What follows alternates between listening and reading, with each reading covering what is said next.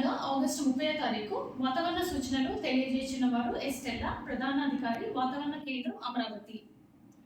నిన్న అత్యధికంగా శ్రీకాకుళంలో 8 సెంటీమీటర్ వర్షపాతం నమోదైంది. పశ్చిమ మధ్య మరియు దాని ఆనుగున ఉన్న వాయువ్య బంగాళాఖాతంలో అనగా ఉత్తర కోస్తాంధ్ర మరియు దక్షిణ ఒడిషా తీర ప్రాంతంలో నిన్న ఏర్పడిన అల్పపీడనము ఈ రోజు ఉదయం తీవ్ర అల్పపీడనముగా అదే ప్రాంతంలో బలపడింది. అది పశ్చిమ వాయువ్య దిశగా కదిలి రాబోయే 36 గంటలలో వాయుగుండంగా బలపడుతుంది. సో ఈ ప్రాంతంలో మనకి ఇప్పుడు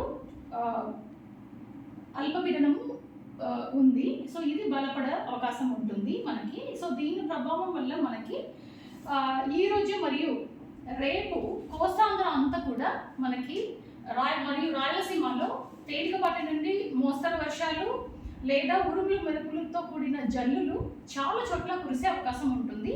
ముఖ్యంగా ఈరోజు ఉత్తర కోస్తాంధ్రలో అన్ని జిల్లాల్లో కూడా మరియు కృష్ణా జిల్లాలో కూడా 1-2 చోట్ల భారీ నుండి అతి భారీ వర్షం కురిసే అవకాశం ఉంటుంది.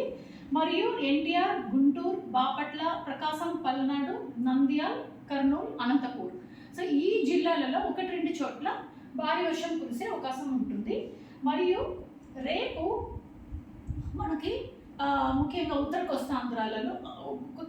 కోస్తాంధ్రలో శ్రీకాకుళం, విజయనగరం, పార్వతీపురం, మళ్ళీ ఏఎస్ఆర్, ఏలూరు, వెస్ట్ గోదావరి ఈ జిల్లాలలో మరియు ఎన్టీఆర్ జిల్లాలలో 1-2 చోట్ల భారీ నుండి అతి భారీ వర్షాలు కురిసే అవకాశం ఉంటుంది.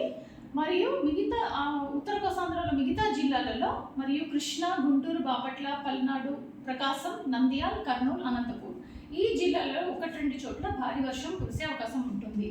మరియు 1వ తారీఖు సెప్టెంబర్ మరియు 2వ తారీఖు సెప్టెంబర్ కూడా మనకి 1-2 చోట్ల ఉత్తర కోస్తాంధ్రలో భారీ వర్షం కురిసే అవకాశం ఉంటుంది.